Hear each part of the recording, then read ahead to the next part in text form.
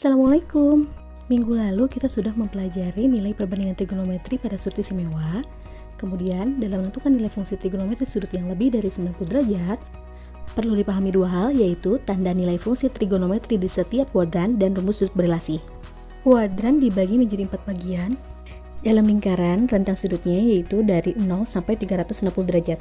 Yang dibagi menjadi 4 kuadran, yaitu kuadran 1, sudutnya adalah 0 derajat hingga 90 derajat. Kuadran 2 adalah wilayah di atas kuadran 1 hingga 180 derajat. Kuadran 3 sudutnya adalah wilayah di atas kuadran 2 hingga 270 derajat. Sedangkan wilayah 4 adalah di atas kuadran 3 hingga 360 derajat. Untuk nilai fungsi trigonometri di kuadran 1 semuanya bertanda positif. Di kuadran 2 hanya sinus dan kosekan yang bertanda positif, selain itu adalah negatif. Kuadran 3 yang bernilai positif hanya tangen dan kotangen. Sedangkan wilayah kuadran 4 yang positif yaitu kosinus dan sekan saja.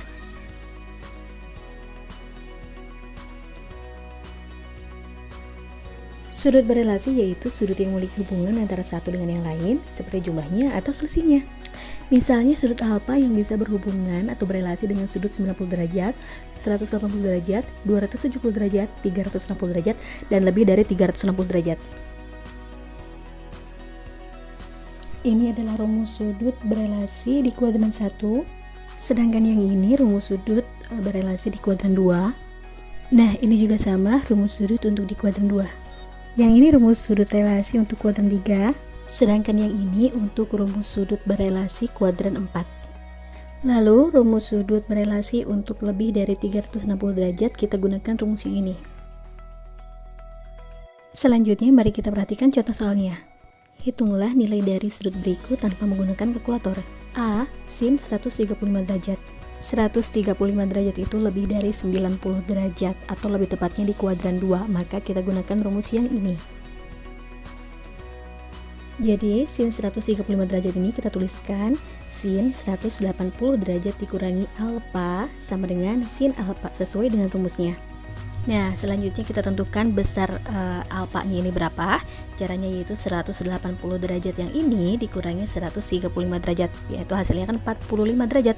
Nah, jadi ini alfanya 45 derajat. Kita tuliskan sin 180 derajat dikurangi 45 derajat. Karena hasil akhirnya adalah sin alfa derajat, maka penulisannya menjadi sin 45 derajat.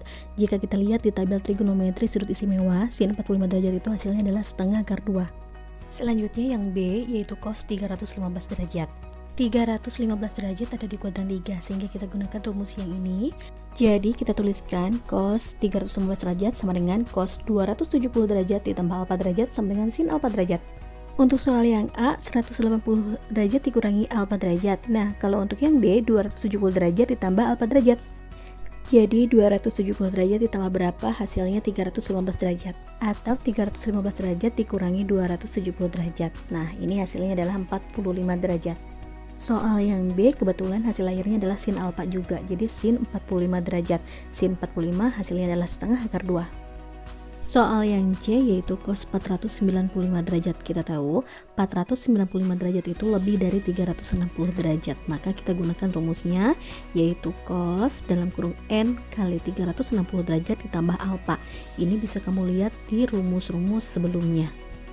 N yang ini cukup kita tuliskan 1, karena kalau 2 nanti 2 dikali 360 derajat itu hasilnya 720 derajat. Sekarang kita tentukan alfanya, yaitu caranya 495 derajat dikurangi 360 derajat. Sehingga kita dapatkan alfa sama dengan 135 derajat. Jadi kita tuliskan seperti ini, sama dengan cos 135 derajat. Lalu kita gunakan cara pada soal yang A untuk menentukan cos 135 derajat ini. Jadi cos 135 derajat itu sama dengan cos 180 derajat dikurangi 45 derajat. Karena 135 derajat ada di kuadran 2, maka kosinus 135 derajat itu nilainya negatif. Sehingga penulisannya menjadi negatif cos 45 derajat. Dan hasil akhirnya adalah negatif setengah akar 2. Mudah-mudahan contoh soalnya bisa dipahami. Terima kasih.